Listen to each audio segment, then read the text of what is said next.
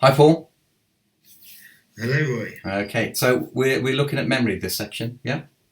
Yeah, that's right. Yeah, we're going to look at how we can create our memory palace and how we can improve our memory for the exam, which, as you'll see, is much easier than people think, Yeah, and basically cheating for the exam. that's what we want. And this links into the resilience part of the program that we're looking at. So there are four keys for good memory, and let me just get this up. So there are four keys for good memory. You need passion and purpose, you need Hmm. imagination, you need a system for learning, and you need repetition. And if you get those four right, that's it. That's basically it. Okay, and how do you know that that works? Well, this has been around. This idea came from a guy called Saint Thomas Aquinas in the 12th century. He had this idea of making sure that people could memorize vast amounts of text. And the reason for this is the printing press wasn't invented till the 14th century. So up until then, very few people would had books. So that they were very valuable. They took forever to write. And so they would use these techniques for memory. And this goes in every culture. A lot of people learn through stories and storytelling for the simple reason they didn't have the facility or they couldn't even write, but they could tell a story. Right. Okay, so let's have a look at those. Just to recap, in the last sessions we looked at using the link system for memorizing stuff, and we explored this, which is Question. What does that mean? Figure out. It's a figure, i.e. a number. And the pharaoh's tomb, i.e. the pyramids. Don't you get it, kid? You're looking for the secret number at the heart of the pyramids. Well, whistle me, Dixie. The answer's pi. yes, it is. So what we use this system to do two things. One is to reinforce the hero's journey model, but also to help memorize a practical skill. Because you'll need pi for maths. But if we put that up, that's the ratio of the circumference of a circle to its diameter, a lot of people just switch off. But if we can find creative ways of getting the outcomes for that, then anyone can learn anything. And I'm a firm believer that that is the case. Right. So do you remember this? This is a system that we used. The system is you come up with the numbers and you link rhyming words Yeah. to that. So zero, hero. Yeah, and then we created the story, didn't we? Which linked it together and made it much more memorable. That's right. And it was really interesting because we were talking about why do stories work, and we talked about the fact that humans have been telling stories for thousands of years. That's right. It was actually how we remembered where valuable resources were, where the ripest fruit or the most dangerous lions were located. So we're hardwired to learn from stories. So it's actually a universal truth that by turning things into a story, they actually become more memorable. I think you've hit upon a very good point. In the first sessions, we're looking at the neurology, because during the course of this, we're looking at neurology, the psychology, sociology, the systems. And we are hardwired for a good memory.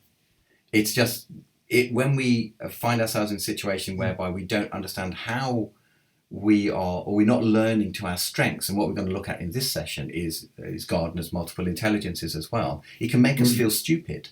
And we're not stupid, we're just not using a system that works for us. So is that why some people can be really good at football but maybe less good at maths, or really good at English but be absolutely terrible at sports? That's right. But you can use sport, and I've done this, I've used sport as a way of memorizing mathematics, and I'll explain that in a little while. But you need to find your strengths as a person and then develop it. So we're gonna look at this. This is something called a mind palace, and the reason why I've got Sherlock Holmes there, he uses this, and he uses this several times. He's referred to that he's going to his mind palace to recall stuff. So a mind palace has been around for a very long time. Doesn't that go right back to the ancient Greeks? Yeah, about 2,500 years ago. There was the story is there was a banquet and someone had invited this poet to come and speak, and there was an earthquake or actually, he was only paid half his fee, because instead of speaking and this great poem to this powerful figure, he praised the gods, and he said, "Okay, I'm going to give you half the money, and the gods can give you the other half." Anyway, so he went out, and as he went out, apparently the gods were a bit miffed by this, so they caused an earthquake and crushed everybody in having the banquet.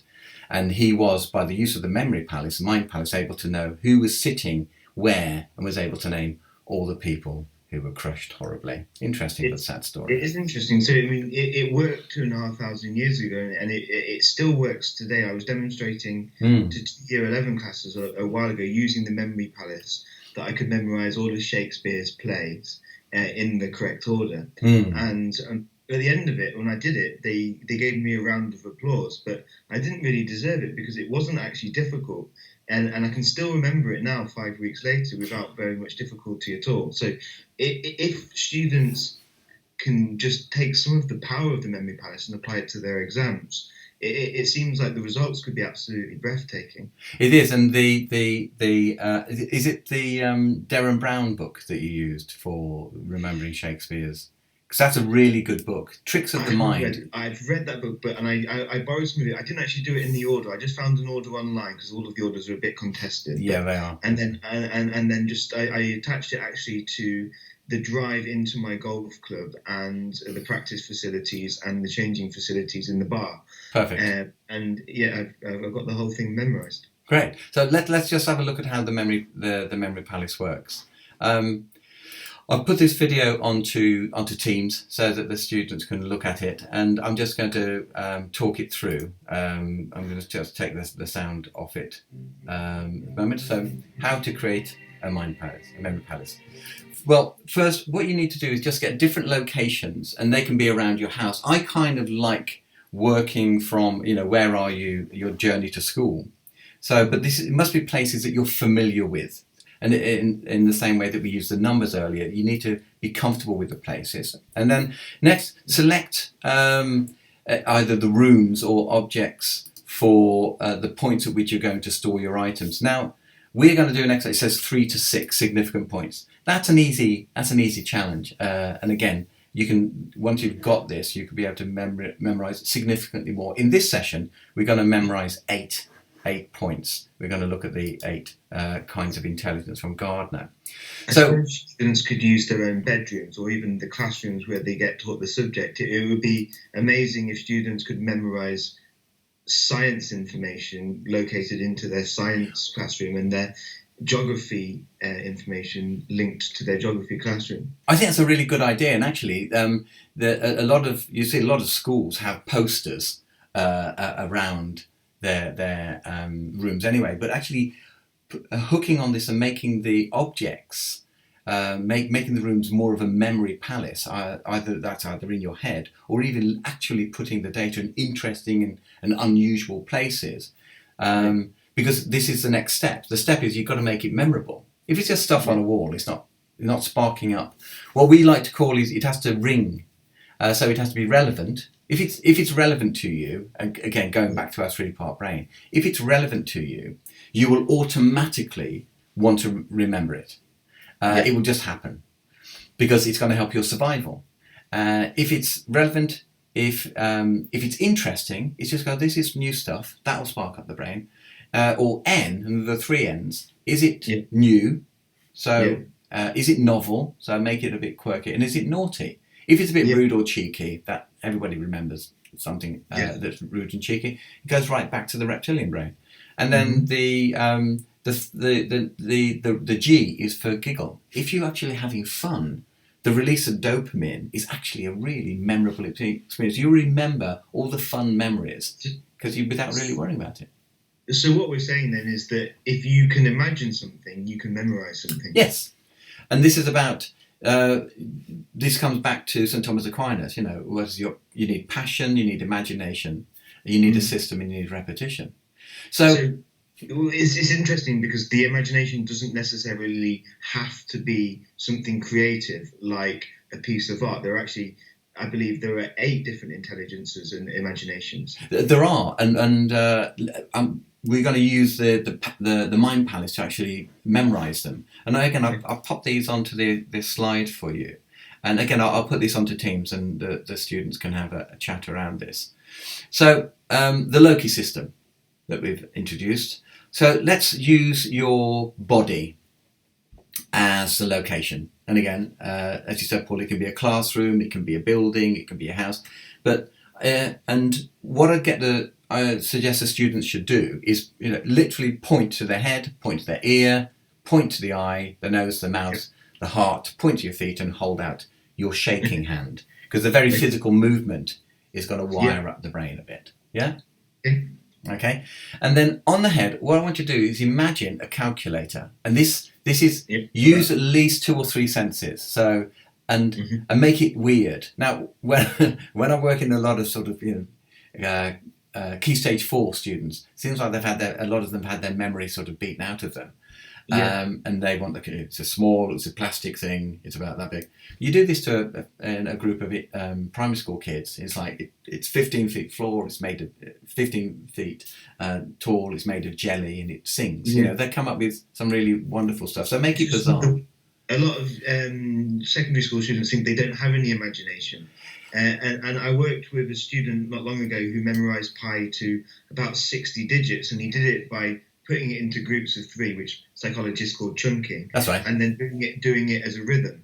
But he still didn't really realise that he had an amazing imagination. I thought, wow, that you have an incredible imagination if you can do that and remember it. So it just goes to show how incredible the memory is, and how everyone actually is intelligent in their own way. Yeah, but what you've just described there, he was using about 3 or 4 different kinds of intelligence: physical, analytical, musical. Again, we'll get onto that bit, but we often underestimate how brilliant we are. It's a trick. Yeah. This is just a trick, but it does require effort, repetition, and we'll be looking at repetition in the final section. So, sorry? I said okay. Okay, so in your ears, if you've got headphones or one of these dinky headphones, number 3, in your eye, you've got a paintbrush, and it can either be painting your eye, a little bit of blue eyeliner there, or actually stuck in your eye. The more bizarre it is, the more of the senses it arouses, the deeper the connections, the synaptic stretching out. A flower, what kind of flower is it? What colour is it? What's it smell like? Is it nice? Is it nasty? In your mouth, you've got a pen. What's it taste like? Is it a chocolate pen? You can unpack all of these to really try and get at least 2 or 3 senses. And in your heart, you're holding a diary. Is it very private? Is that a little lock on it? On your feet, you've got some football boots, but they could be magic football boots. They could be, the football boots of David Beckham. And you're shaking hands with Prince Harry. Okay. And so there's 8 intelligences. Those are the 8 intelligences, and the calculator and each of the objects represents an intelligence. So, what kind of person would use a calculator? So maybe a mathematical person or an analytical person. Yeah, and actually, those are the Graves's terms is analytical mathematical. You're right. All I've done here is I've just put it more into sort of upper key stage 2, key stage 3 language. But number smart. You're good with numbers. You like sequences. You like structure. Yeah. Headphones. Music smart. Definitely music smart. I've worked with students and helped them to find a song that they know and like and rewrite the lyrics to the subject that they need. That's a really interesting one because the memory's already there. And one young man learnt to the tune of Eminem's Stan, which is a fine production. The scenes in Macbeth. And I think it went something like this. Hey Will, I'm about to take a test. I want to make sure I do the best. Act 1, Scene 1, the witches create an evil vibe. Act 1, Scene 2, Macbeth is told he's going to be Thane of Cawdor, but Duncan is going to be king over all. And I hadn't learnt that for kind of 18 years. But the thing is, it kind of sticks in the same way that your memory of learning Shakespeare's plays, once you've done it, it's very easy to recall it. So that's music smart. Paintbrush, it's art smart. So these are the people who like to highlight things, really good at being responsive to colours, They might doodle Mind during maps. lesson. Yeah, mind maps are very good for this. So all of these are different memory techniques within themselves. You're right. And the more you use, the different kinds of intelligences used to engage and to review, the more powerful it is. So the flower is nature smart. It was an interesting one. It wasn't one of the first one of Gardner's intelligences when he first brought this out in 1982. But it came along later because we realized actually some people respond really badly to fluorescent lighting. They need to be outdoors. They're very good with animals, for example. You know, the kid that has fantastic works on an allotment, very good with growing, but maybe not be particularly good academically. But they can develop academic skills if we can engage with them using nature or imagined in a natural environment with them. Like a golf course. Like a golf course. Like a golf course. So the Loki system, you know, place things around the garden, you know. So the pen is word smart, which is verbal linguistic. And it doesn't necessarily mean written word, it means spoken word. Yes. And again, with the technologies that we've got, and there's a lovely bit of kit within the Microsoft where you can talk and it will write it. Not only will it write it, it can translate it to another language. But starting to use the technologies to help. But word smart, get someone to speak what they want to say first and then write it. You know, talk it before writing it. And then speaking it can actually make it more memorable. Always. For this person it is. Not for other people. Not necessarily for the diary person, because the diary person is going to be self-smart or intrapersonal, quite quiet, maybe shy. And they don't want to be speaking out. And the worst thing you can do is get that person to stand up and speak. It's the perfect way of working for student number 5, but not a good way of working for student number 6. And this is why I'm trying to differentiate and create give them the learning, but get them to understand and how to embed the learning themselves. And that the challenge is down to them to actually engage in the, you know, checking in, checking up, checking out. What am I doing this week? What do I need to keep, develop, let go? Which is all the elements of the stuff that you're doing with the students. Okay. So just to finish off, then number 7, football boots, which is body smart or physical practical. So physical practical. And that's like building, making, moving. And what I've just done in terms of, you know, point your head, point your ear, get people standing up to do this, they'll remember because that's a first stage of memory. And it is only the first stage because as we'll look at, the importance of review is so important. When you have the first stage of memory, your synapses spark up and they don't actually connect, but they pass a chemical across. And if you, by repetition, you line the connection, it's like the neural pathways with something called myelin, which is like insulation tape for the brain. And if you don't come back and review it, you'll forget it. If you don't use it, you'll lose it. So finally, number 8 is Prince Harry, people smart or interpersonal. Now, for global citizens, you need to be very interpersonal. One of the greatest competencies you need for employment is social skills.